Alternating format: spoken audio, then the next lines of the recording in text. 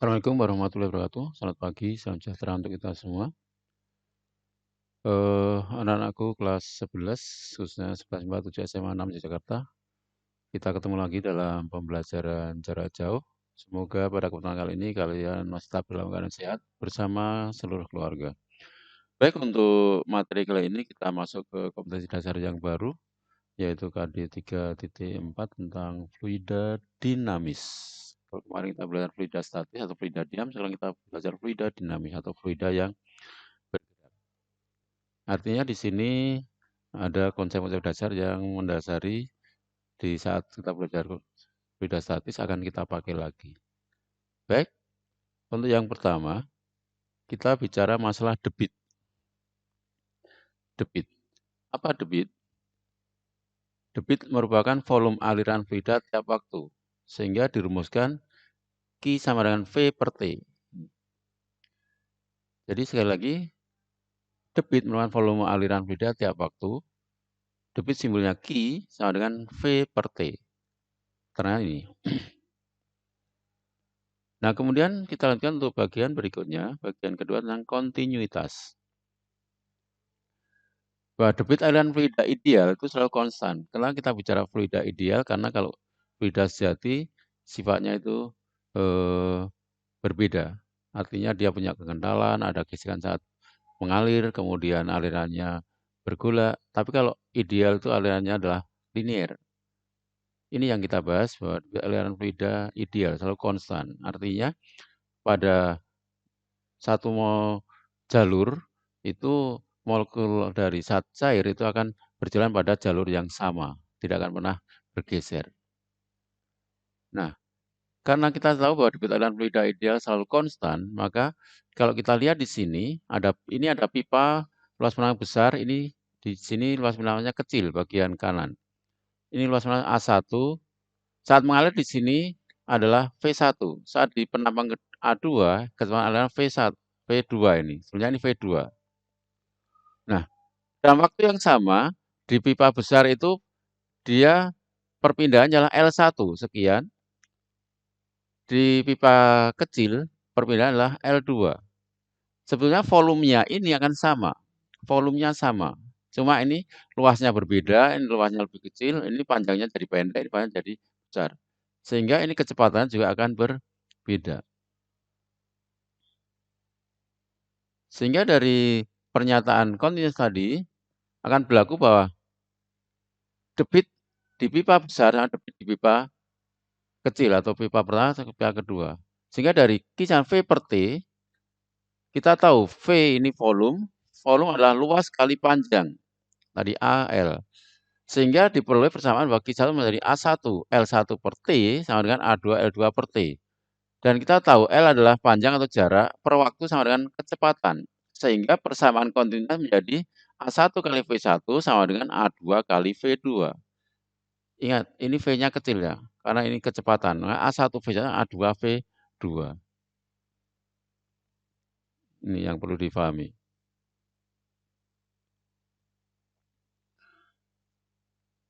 Nah, berikutnya. Ini keterangannya, A itu luas penampang pipa, V kecepatan aliran fluida. Dan kita harus ingat bahwa nanti kalau soalnya itu kaitan dengan diameter, maka tabung pipa adalah sebenarnya VD kuadrat, maka ini berubah menjadi D2 kuadrat, ini D1 kuadrat. Kalau jari-jari ini R1 kuadrat, ini R2 kuadrat. Itu yang harus perlu kalian pahami. Baik, sekarang kita lihat contoh soalnya. Ada suatu pipa memiliki dua luas penampang berbeda, yaitu 20 cm persegi dan 5 cm persegi. Digunakan untuk mengisi penuh bak air yang bervolume 4000 cm3. Bila kecepatan aliran air pada pipa besar 2 meter per sekon, tentukan kecepatan aliran pada pipa kecil, lama waktu untuk mengisi bak air.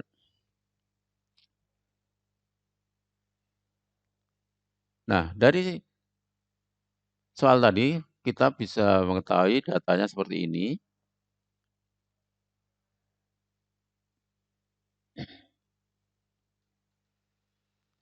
Sehingga jawabannya kita bisa ditanya, ini yang A V2, B-nya T.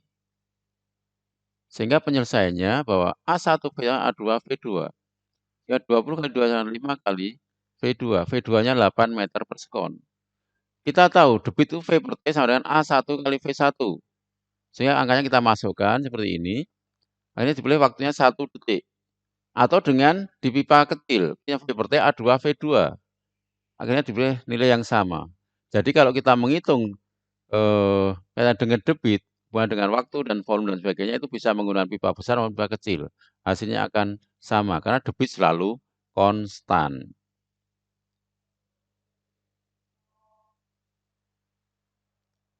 Sekarang yang berikutnya adalah hukum Bernoulli.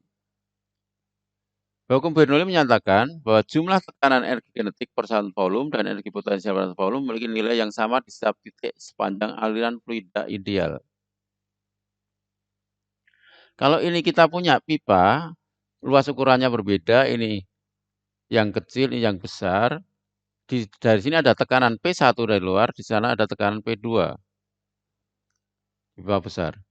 Nah, pada saat T, kemudian posisinya pipa ini ketinggian titik di sini H1, ini H2 dari dasar atau dari tanah atau acuannya. Ini luasnya A1. Sehingga saat ini mengalir kecepatan V1 di pipa kecil, di pipa besar V2. Nah, pada jarak yang sama ini S1-nya atau L1-nya V1 kali delta T. S2 juga V2 kali delta T.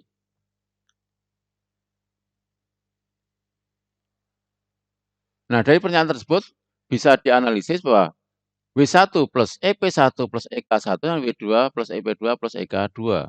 Ingat kembali konsep bahwa W sama F kali S, ini kelas 10 dan SMP. Usaha sama dengan gaya kali perpindahan. Sama dengan apa? Gaya adalah P kali A. Ingat, pada saat kita konsep dasar fluiditas statis.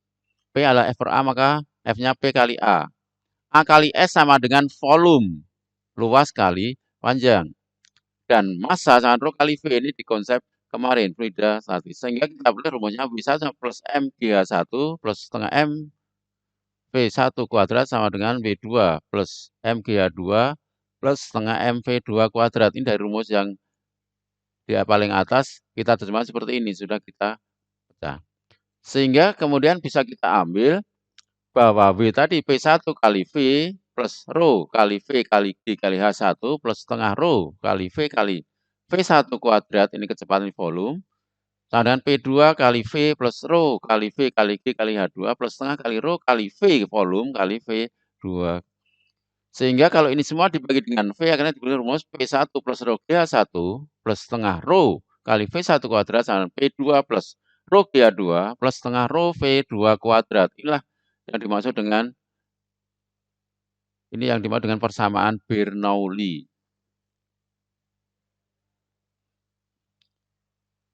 P1 plus rho GH1 plus setengah rho V1 kuadrat sama dengan P2 plus rho GH2 plus setengah rho V2 kuadrat.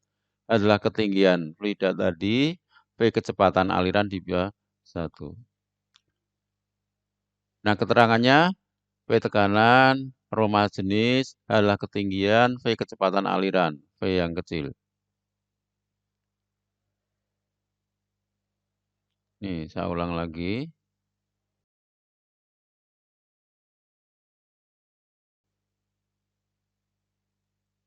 Nah, sekarang penerapan hukum Bernoulli. Yang pertama pada teori Torricelli.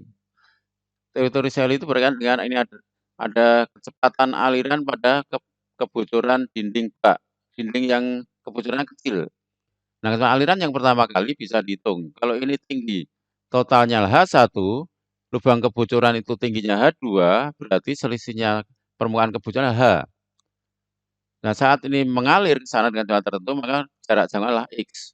Nah, itu bisa kita hitung dari persamaan Bernoulli, itu bisa dipahami karena ini terbuka, maka P1 dan P2 di sini sama. Itu intinya seperti itu.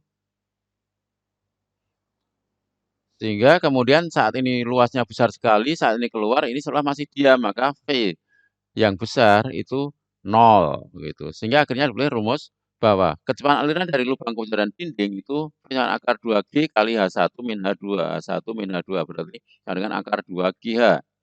Nah, jarak pancarannya itu V kali T. T-nya adalah akar 2H2 per G. Ya, kalau dimasukkan muncul jarak pancaran yang pertama kali adalah 2 kali akar H2 kali H1 min H2. 2. Nih, silakan dipahami.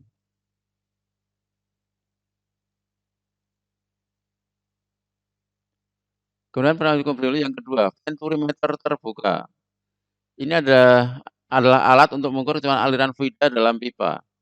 Di sini posisinya adalah penambang besar di penambang kecil. Ini ada pipa vertikal, sehingga di sini ada selisih jaraknya. Di jaraknya. Di jarak atau selisih ketinggian. Gitu, selisih ketinggiannya.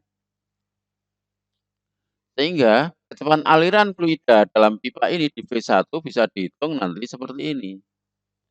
Kecepatan aliran fluida yang masuk venturimeter dengan akar 2GH hanya adalah selisih ketinggian di sini. Kemudian per A1 per A2, luas yang besar per luas yang kecil, dikuadran dikurangi 1. Itu. Sekarang yang ketiga, ventimeter dengan manometer. Ini dilengkapi pipa, di sini ada raksanya. Nah, saat fluida mengalir ini beri tekanan sehingga ini ada perbedaan tinggi ya. Di sini adalah namanya A1, di sini A2, ini V1, ini V2.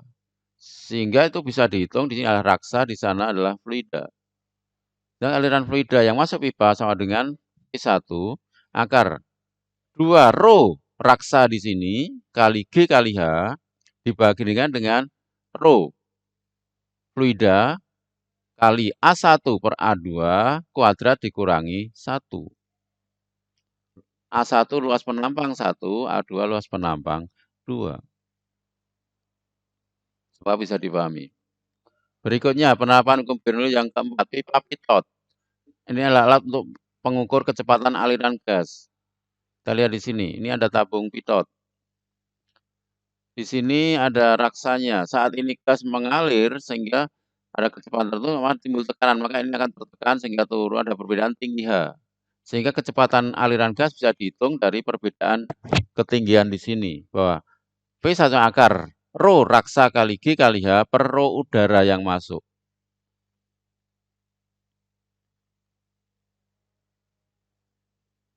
Sekarang Bernoulli yang kelima, gaya angkat sayap pesawat. Ini adalah sayap pesawat. Sayap pesawat, kita lihat ini penambang melintangnya, artinya kita iris ini dilihat dari samping. Bentuk aerodinamiknya seperti ini, artinya nanti kecepatan angin diharapkan di bagian atas lebih besar dibanding di bagian bawah. Di mana kita tahu bahwa kalau kecepatannya besar pasti tekanannya akan kecil. Berarti tekanan P2, karena P2 lebih besar dibanding P1, maka tekanan di P2 lebih dibanding P1. Sehingga gaya, karena tekanannya lebih besar yang ke atas, maka nanti ada timbul gaya angkat sayap. Nah, bicara gaya angkat sayap itu bisa dihitung seperti ini. Bahwa gaya angkat sayap sama dengan setengah kali rho kali VA, kecepatan aliran udara di bagian atas dikurangi kecepatan aliran udara di bagian bawah, kali luas penampang sayap. Jadi kalau kita ingat lagi dari Bernoulli bahwa di sini ketinggiannya dianggap sama.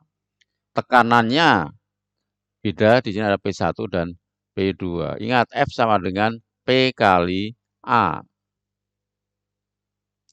Nah, nanti delta P-nya adalah ini kalikan A. Itu sebetulnya seperti itu.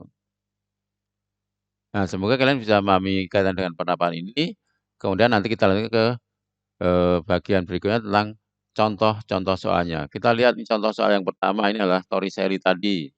Tangki air dengan lubang kebocoran jumlah seperti gambar berikut. Dari lubang ke tanah, ini H, kemudian adalah 3,2 meter.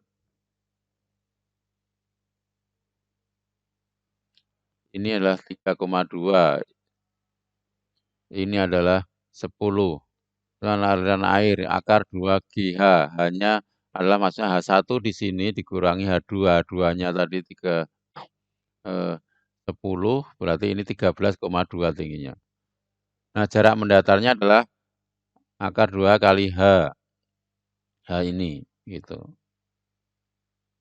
Karena H di sini adalah apa? Itu adalah H1 min H. Ini H2-nya. Nah, waktunya adalah akar 2. H ini G. Itu penerapannya. Ini H besar itu sebetulnya di sini adalah H2. H ini adalah H1 min H2. H1 adalah dari permukaan sampai tanah. Itu yang perlu dipahami. Dan contoh kedua, ini adalah untuk mengukur kecepatan aliran air pada sebuah pipa horizontal dengan alat seperti berikutnya adalah venturimeter terbuka. Jika luas penang pipa besar adalah 5 cm persegi dan penang kecil 3 cm persegi, perbedaan ketinggian pada dua pipa adalah 20 cm, kecepatan aliran air saat mengalir pada pipa besar berapa? Aliran air saat mengalir pipa kecil berapa? Nah, bahasanya seperti ini. Nah, untuk yang untuk soal yang lain, V2-nya nanti bisa kalian lihat lagi. Ini pada pipa pitot. Alat untuk mengukur kecepatan aliran gas. Nah, rumusnya seperti nomor sebelumnya. Dan perbedaan tingginya adalah di sini H. Sehingga muncul rumus ini V kuadrat. Karena pakai sebelah kan akar, kalau dikuadratkan berarti kan rumus seperti ini. Dimasukkan nilainya akhirnya ketemu kan diminta tingginya H yang ditanya, bukan V-nya. Ini berapa hal contoh penerapan hukum Bernoulli. Sebetulnya kalau permasalahan konsep Bernoulli-nya sudah selesai, tinggal penerapannya itu banyak berbagai cara. Intinya begini, di Bernoulli kita punya pemahaman kalau yang punya kecepatan besar itu akan menimbulkan tekanan yang kecil. Kalau kecepatannya kecil, maka tekanannya akan besar. Intinya seperti itu. Makanya kalian harus memahami konsep itu, kalian gunakan nanti prinsipnya begitu. Sehingga kalau tadi kayak angkat sayap itu pasti kecepatan aliran udara di bagian atas dibuat lebih besar. Tapi seandainya mau landing, itu kecepatan aliran udara di bagian bawah sayap dibuat yang lebih besar. Demikian kira-kira dengan Bernoulli, sebenarnya konsepnya sudah selesai di sini. Dan sampai dengan fluida dinamis ini nanti sebagai bahan untuk penilaian harian yang akan datang. Yang penilaian harian bersama itu nanti untuk fisika, itu nanti sampai dari KD 3.1 sampai KD 3.4. Jadi mulai dari torsi, kemudian ada elastisitas, fluida statis, dan fluida dinamis. Silakan untuk kalian belajar sebaik-baiknya. Semangat untuk meraih cita-cita kalian. Semoga kalian selalu sehat, bisa belajar dengan baik, dan lancar dalam meraih cita-cita. Demikian, terima kasih. Selamat pagi. Assalamualaikum warahmatullahi wabarakatuh.